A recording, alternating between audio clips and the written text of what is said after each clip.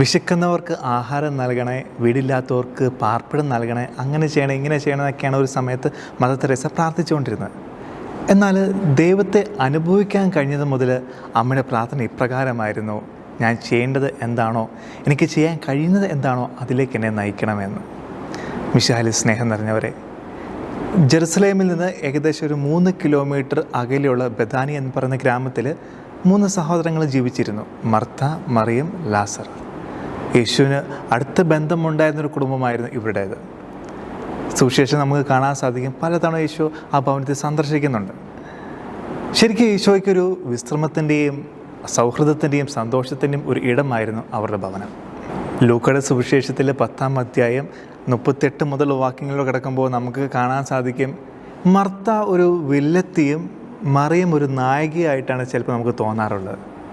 പക്ഷേ ഈ 2 കഥാപാത്രങ്ങളും ശരിയാണ്.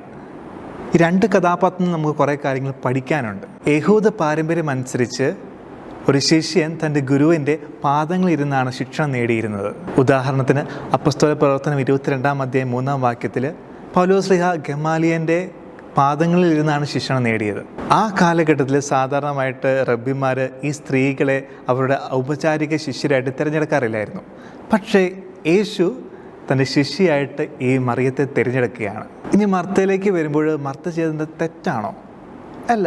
കാരണം യഹൂദരുടെ സംസ്കാരം അനുസരിച്ച് അതിഥി സൽക്കാരം അവരൊരു വിശുദ്ധമായ ഉത്തരവാദിത്വമായിട്ടാണ് അവർ കണ്ടുകൊണ്ടിരുന്നത്. യേശുവിനെ സ്വീകരിച്ച് ശുശ്രൂഷ ചെയ്ത മർത്ത വിശ്വാസത്തിൻ്റെ ഒരു പ്രകടനമാണ്. അപ്പോൾ 2 പേരും ചെയ്തത് ശരിയല്ലേ? 2 പേരും ഈശോയെ വിശ്വസിച്ചു, ഈശോയെ സ്വീകരിച്ചു. എന്നാൽ എവിടെയോ എന്തൊരു പാളിച്ചയായിട്ട് തോന്നാറുണ്ടല്ലേ? കാരണം മർത്തയുടെ മനസ്സ് പല കാര്യങ്ങളായിട്ട് അസ്വസ്ഥതയിലായിരുന്നു. പല കാര്യങ്ങളും മർത്തയുടെ മനസ്സിൽ കൂടെ ഇങ്ങനെ ഓടി നടന്നുകൊണ്ടിരിക്കുകയാണ്.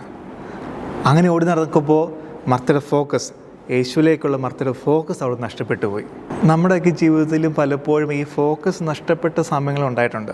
ആരിലേക്കുള്ള ഫോക്കസ്? ക്രിസ്തുവിലേക്കുള്ള ഫോക്കസ്. നമ്മൾ പല കാര്യങ്ങൾ ചെയ്യുമ്പോഴും, പള്ളിയിലായിക്കോട്ടെ എവിടെ ആയിക്കോട്ടെ, നമ്മൾ ചെയ്യുന്ന കാര്യങ്ങളിലൊക്കെ ഇവിടെ പ്രധാനമായി നിൽക്കേണ്ട ഒരു വ്യക്തി ക്രിസ്തുവാണ്. പലപ്പോഴും നമ്മുടെ ഫോക്കസ് മറ്റ് പലതിലേക്കായി പോകാറുണ്ട്. ഒരിക്കൽ ഒരു അമ്മച്ചി ഈ passion of the Christ cinema കണ്ടുകൊണ്ടിരിക്കുകയാണ്. അപ്പോൾ അതിൽ കുരിശ് ചുമന്നുകൊണ്ട് ഈശോ പോകുമ്പോൾ ഈശോ മുട്ടുകുത്തി നിലത്ത് വീഴുന്നൊരു രംഗമുണ്ട്.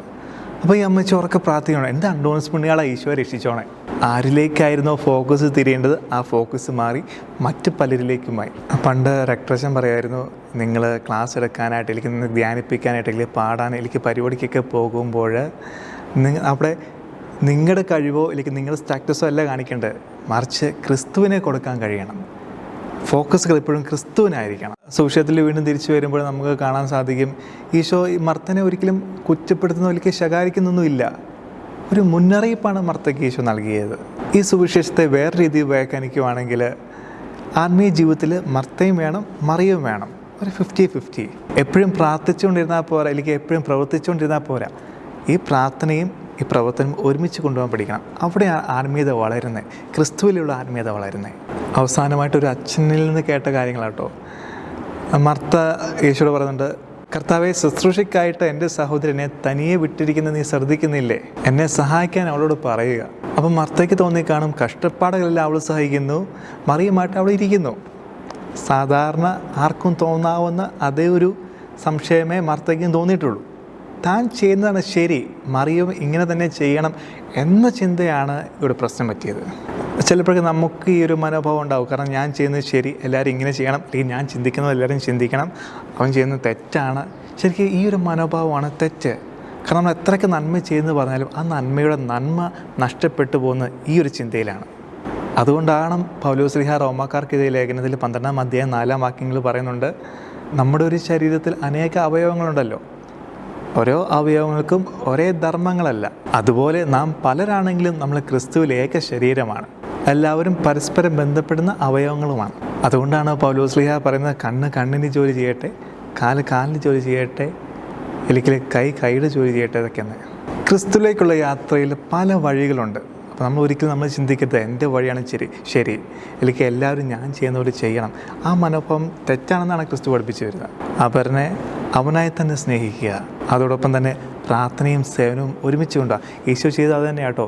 ഈശോ പിതാവായ ദൈവത്തോട് മലമുകളിൽ കയറി പ്രാർത്ഥിക്കുന്നുണ്ട്. അതേസമയം തന്നെ ഈശോ നന്മ ചെയ്ത് കടന്നു പോയെന്നാണ് സുവിശേഷം പറയുക.